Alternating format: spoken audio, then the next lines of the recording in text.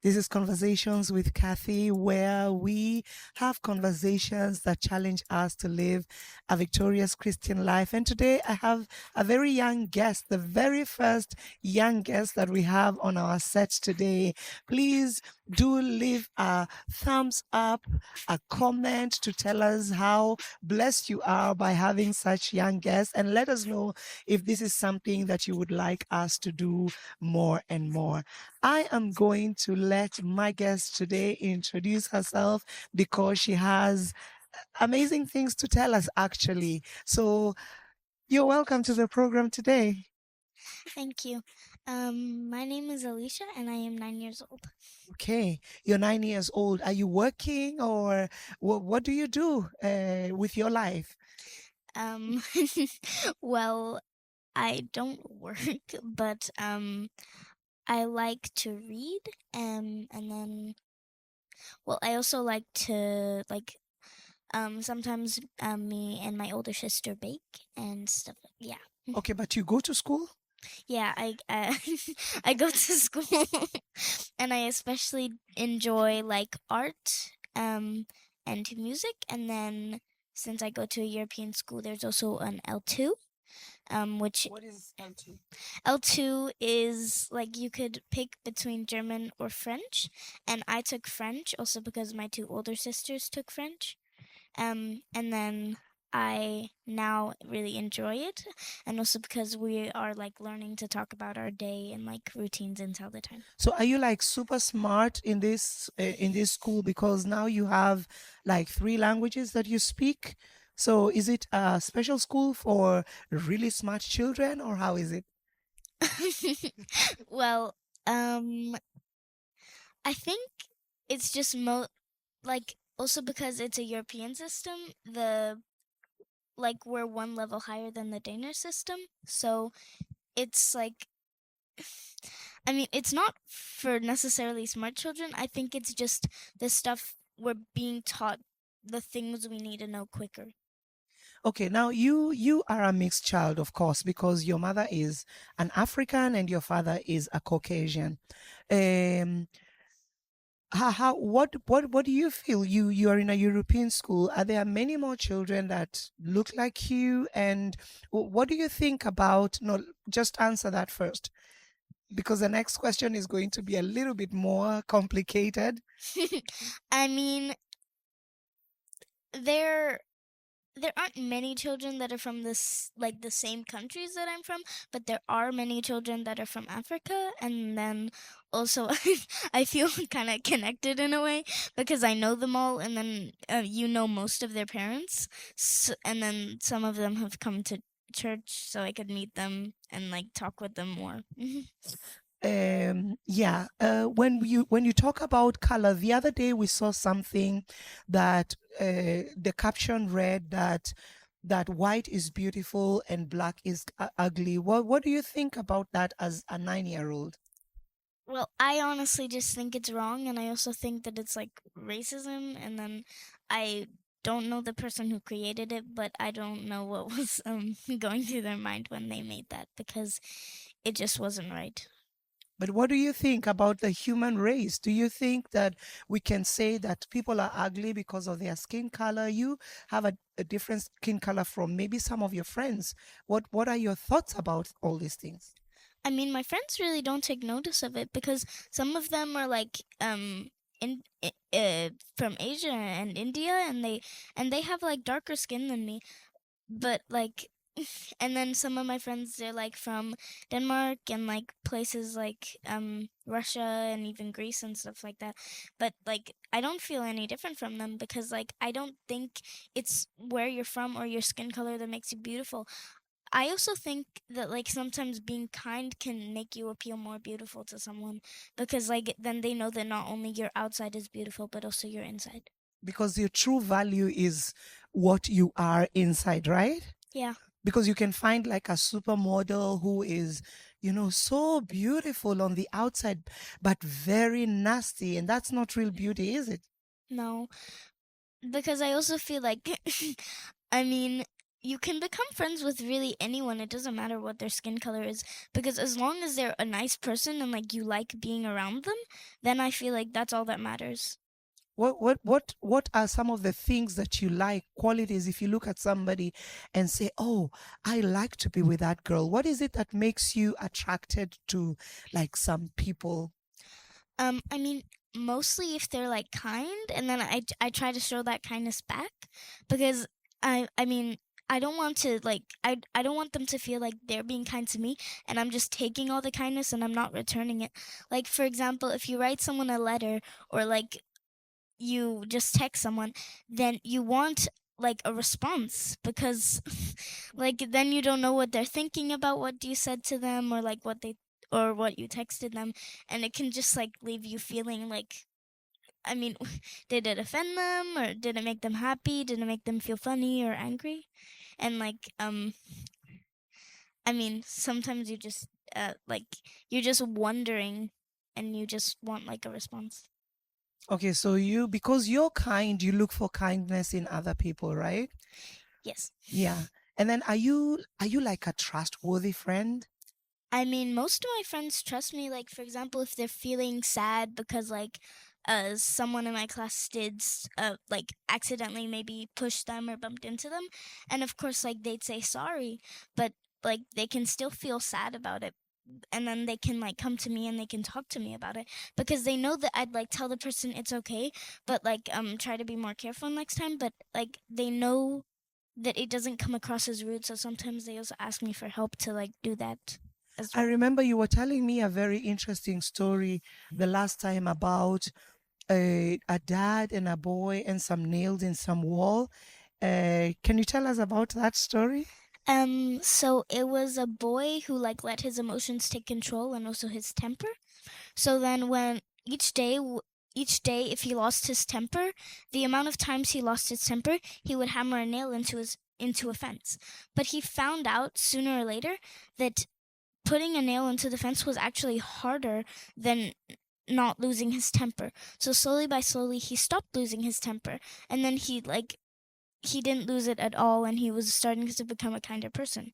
And then each day by day, when he didn't lose his temper, his father told him to take out one nail, and each day he would take out a nail because he wasn't losing his temper anymore. And then one day all the nails were out of the fence. Then he took his dad and showed him, but then his dad was like, do you see that the holes from the nails are still here? So like you can leave a wound in a person forever. Like it's not going to change. Like it's also like, for example, if you like, I don't know, stab someone, that's a little bit dramatic, but like there's still going to be at least a scar even if it heals. Okay, so you, that in short is the moral of the story is that we have to be careful the way we treat people. We have to be careful the words that we say to people, because actually words can hurt. What we do to people can actually really hurt them. Yeah, and then also there was one time in I think first grade where our teacher, she printed out these little hearts for us and then she made us cut them out. Then we all sat in a circle and then we crumpled the hearts up, as in saying something rude to someone, and then we uncrumpled the hearts. But like it was still like there were still wrinkles and marks everywhere, and she told us that like even if their heart like flattens out again, like they forgive you when you say sorry and everything like that, there's still going to be like a little bit of hurt, and they can still remember that moment. Yeah, okay. So you crumple it up when when you flatten the thing and you straighten it out. They still, you can still see that it was crumpled up. You can still see that it was, it was messed up in a way, right? And this is what happens to our friendships when we are hurting people all the time. We are doing things that are not kind to people. Even if we make it out, like try to make it right again, the pain is still there. Yeah, and then there was also one time, I think it was also in first grade, they made us do trust falls. Like, so we would fall into someone's arms. But one time, someone actually dropped someone, which it looked so painful. Like, I felt so bad for that person. And then, so then we picked her up, and then she didn't trust her partner anymore. So because like they had already dropped her once, and like I can understand why. Like I wouldn't feel safe falling into their arms again. But then like she tried a different partner, and that partner actually caught her, so she could trust that person to catch her again. But it was hard to regain the other person's trust doing the trust fall again, because like they had already not caught her once. Like I don't, and like I could imagine the same if it happened to me. Yeah, because once you hurt somebody, it's hard for them to now rebuild the trust in you again, to be able to trust you. Once you, like, for example, break a promise, right? Then someone will be wondering, should I trust this one? Will Eleesha break my heart again? Will she do something that, makes me sad again? I mean, I think it's happened once before where um I've accidentally not kept a promise, but like I regained that person's trust pretty quickly, because then after a while, because it was not that I just didn't want to do the promise, like I didn't want to keep the promise. It was that I had forgotten about the promise. so after so afterwards, even if they didn't want me to like keep the promise, then I still did what I had promised, and then it was easy to regain the person's trust again. Instead of like just quickly getting mad at them, instead I like tried to fix the situation. Okay, and you know the story that Jesus was telling us about um, forgiving, forgiving and forgiving. If someone wrongs you, you have to forgive and forgive and forgive 7 times 7, and this is in just one day. What do you think about that? That would be very difficult to just forgive someone who's keeping on hurting you and hurting you and hurting you. I mean, yeah, I think there was one of my friends that hurt me like twice, but I Twice. yeah, like twice, 2 days in a row, and like I was pretty mad at first, but then after a while, I was like, but like it was a mistake they made. Like I've made mistakes too, so after a while, I started like talking to them again, and I started like I just started, and when I had started talking to them, I realized what a nice person they were again. So then it was easy for me to forgive them.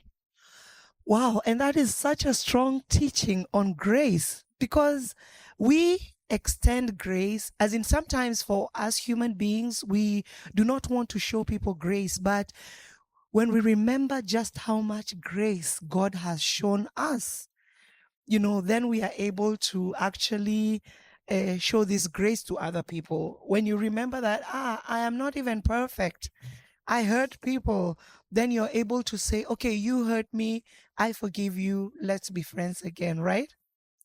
Yeah. And then it's happened many times when someone has like wronged me or something like that.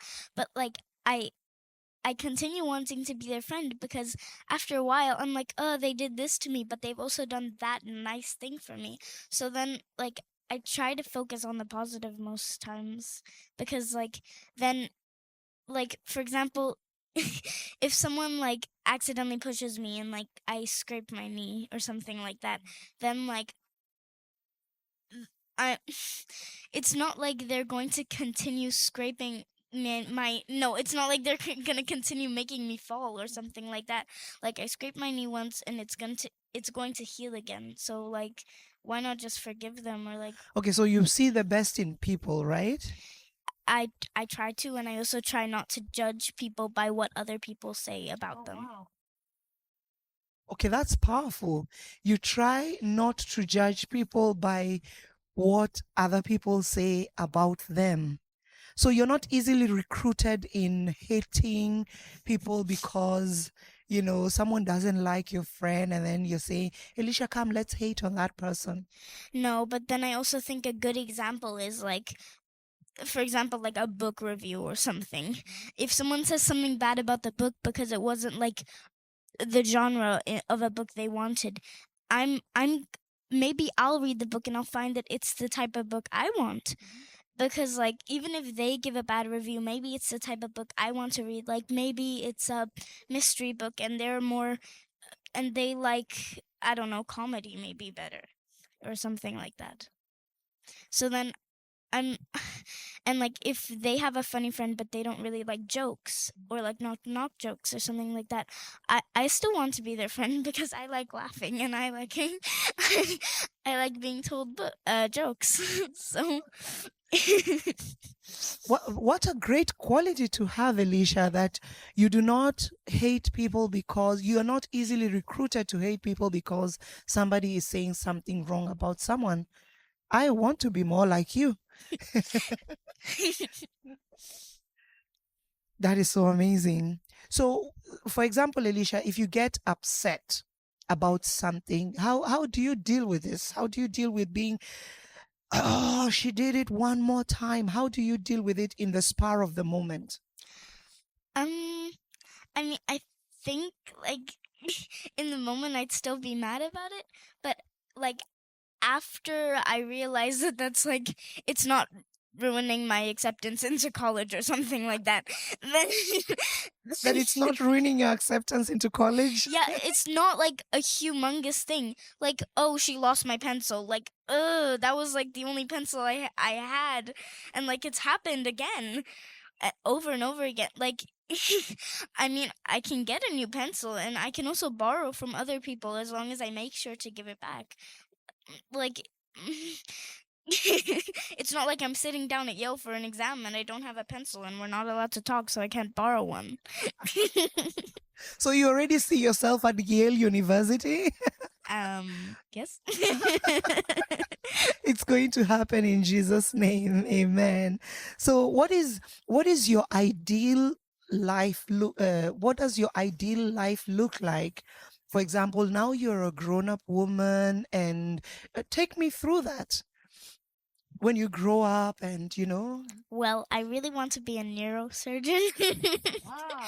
And then also I've been reading the story of Ben Carson, Gifted Hands, and like he struggled from like childhood, and then his mother also, um he she helped him through that, and I also feel like I have a very good mother who can help me if I any hard things that and I just feel like talking about things. And then I also just want to work hard because like it's going to take a long time to become a neurosurgeon, and I also have to work hard and do well in my studies because I think you have to become a doctor first and then you have to choose your profession. So like there has to be some like extra thing that I do after being a doctor for an amount of years or something like that. So it's going to be hard, and but I've kind of already planned out my life. I want to be a neurosurgeon by age 30. We are laughing about it, but actually it can happen, right? Yeah. Wow. So how do you think parents can best support their children in achieving their dreams and their goals? I mean, definitely, I think it starts off with a base of probably motivation, like just supporting them in like what they want to do, and um, like maybe even just helping them with schoolwork or something like that. And then also, I mean, yeah, like just like also just being there for them. Like if they want to talk about like how, oh, I find this really hard, and then like um like how how I feel like I'm going to not pass this exam or something like that, then they can talk about it. And even just talking about it, not even helping them with like studying what they have to study, like just talking about it, like, oh, you're going to do great. You've gotten all the way here. You're not gonna stop now. And you're not going to have to sit down in that exam room again. You're going to get past this time and you're going to get a good grade higher than passing. Like, and just saying that like all your hard work, it hasn't gotten you here for nothing. So you think that parents, the motivation parents give is really, really important, right? Yeah, and then also because like they've already accomplished things in life, so they know that you have to work hard. Mm. Even if they didn't go in the exact path you want to go in, like they're a doctor, but you want to be a lawyer or you want to be like a dentist or something like that. They still know how hard you have to work to get to that role you want to be in. And do you believe that, for example, if you have a parent, now you don't have such parents, right? But if you had a parent that is telling you negative things all the time, like you cannot do this or you cannot do that, do you think it can actually affect you, like it can affect a person? I mean, didn't you give that example one time of like um a girl and they were doing a social study of like, oh, how are you? Wait, are you sick? And then like once she got to the sixth person or something like that that asked, "Are you sick?" She actually like felt sick or something like that, or something along those lines. Then it could be like it could be kind of like that. Like it could be like they don't even want to aim for what they want to achieve, and like they just feel like devastated all the time and things like that, and I just think that that's pretty wrong. Yeah, Like yeah. parents should always be there for their Yeah, children. like I was saying that if you they did a social study where you wake up in the morning and they had made like a few people meet this particular girl and say, oh, good morning, oh, you look sick, are you sick? No, I actually woke up really well. And then the second person, are you sick? And by the time she got to the sixth person, she was actually feeling really sick. So in short, words have power, right? Yeah.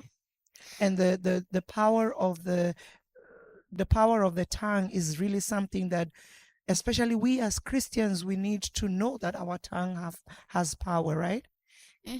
Because like also I think Baba was telling me one time that um like um God, he said, "Let there be light," and there was light, and we are like made in the image of God, and then we also have the Holy Spirit living in us. So like, and then like with God's power and the Holy Spirit, like we're also able to heal sick people and things like that through His power.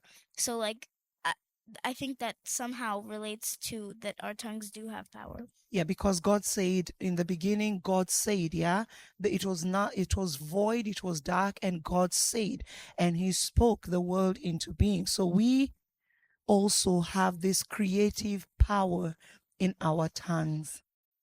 So, do you feel motivated by your parents as you're growing up? I know I'm your mother, yeah? And when I'm talking to you, of course, you're going to say, yes, I feel motivated. But I think the viewers can agree with us that you seem like a child who has very positive thoughts about yourself. Am I wrong? Well, I do think I'm a very nice person to be around, but then also like you also like, for example, if Baba's helping me with math, then Baba always says, "You're a smart girl, you can figure it out." Like you practically already know this because like he Baba kind of puts the equations in a way, like in a way that I can understand them, but it's still asking the exact same question. It's just using different words that I may be more familiar with, but it's like not making it any like simpler or anything. Or I mean, maybe it's the explanation that is making it simpler for me to understand, but like he also says like, "You're smart, you can figure this out. It's okay."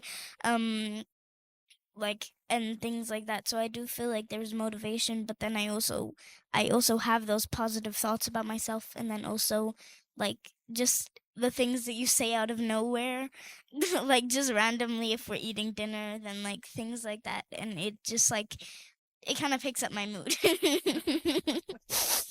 So you're saying that every minute of the day, you that parents should be good at like speaking life into their children at all times. It doesn't matter if it's dinner time or sometimes in our family we just sit in the hallway and just start a whole motivational speech, so it's like it doesn't have to be like a plan time, it should be our lifestyle, right? I mean, yeah, but it can also be like, I mean, it should be like for example, if it's just like a little compliment here and there or like something like that, or you're going to do great on your like spelling test, for example, because we have those a lot, because when we go to 5th grade we should be able to spell like a certain amount of words. So like just saying things like that, or you're going to do great in math, or things like that, then it's just like a little compliment, a little like, you know how like fireworks start off as this thing that shoots into the air? It's that, and then the firework is like your whole day. It just continues getting bigger and bigger and bigger, like on New Year's. I love that analogy, Alicia, that a firework, you light a little fire, there's a little spark, but then it becomes this big explosion of beautiful, lovely, the way fireworks are. Yeah, and it just like even if it's just like, oh, I like your outfit today. Like one of my friends says that, for example, it like lifts up my mood, and I feel like it especially counts if it's coming from like someone you like know, like especially someone that like has been there since childhood, or like since you were like a baby, or especially the person that gave birth to you. You're so sweet, Alicia. And remember to subscribe if you're liking the content. Let us know if we should do more of these videos where we talk about actually what helps us as parents to raise our children to be successful individuals. Now, Alicia, if you meet someone who you're leaving the house, just you've been motivated, you've been affirmed, you've been made to feel really positive, and then you're walking out and somebody just meets you and then they say something like, I don't like your hair. How do you take it? um well, I mean, if it's a person I know, like one of my friends, then I'll be like a little hurt by it, but then I'll be like, but my sister made my hair, so that's actually kind of just offending her, or some. And then like I'm like, oh, someone said they didn't like my hair today, or something like that, and then she'll just be like, what? But she wasn't the one who was told it, so it wouldn't offend her either. So then I just feel like I kind of get over it quickly. But then if it's like a complete stranger, like of course probably they wouldn't talk to me, but like if they're just like, oh, I don't like your hair, then I'd be like, I don't even know you, because I feel like it means more from people that you're close to. Okay, because they are close to you, they are able to really hurt you the more. Yeah. Yeah, because it's people that you're trusting, you've put your hope in, you know. Yeah. Yeah. Yeah. What do you think being a friend of Jesus, for example, is? He's a friend that sticks closer than a brother. What does that mean to you? I mean, like he's always there for me, and like I can just like pray or something, and even sometimes when I'm praying, then I just it almost becomes just like a conversation, and I feel comforted by it.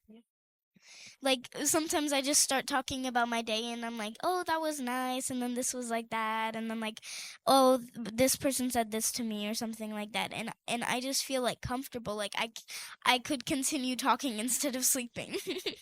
Okay, talking to Jesus as a friend. I like that because sometimes we think that we have to go to Jesus shouting and banging on the door because he's not hearing us, but he's a friend who is sticking close, right? Hmm. So we can just talk to him like, thank you for this. Thank you for my school. Thank you for my friends. Do you pray for your friends?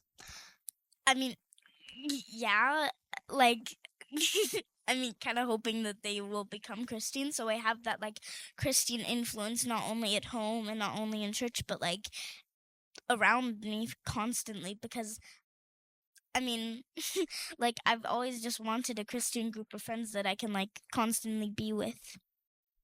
Yeah. You're called to be the light, right? What do you think about that? Should light be in a light place, or what does light do, for example? I mean, like for example, if you switch on a light in a dark room, it'll light up the room. And then if you try and blow out somebody else's light, it's not going to make yours shine brighter, but it'll just make your surroundings darker. Wow.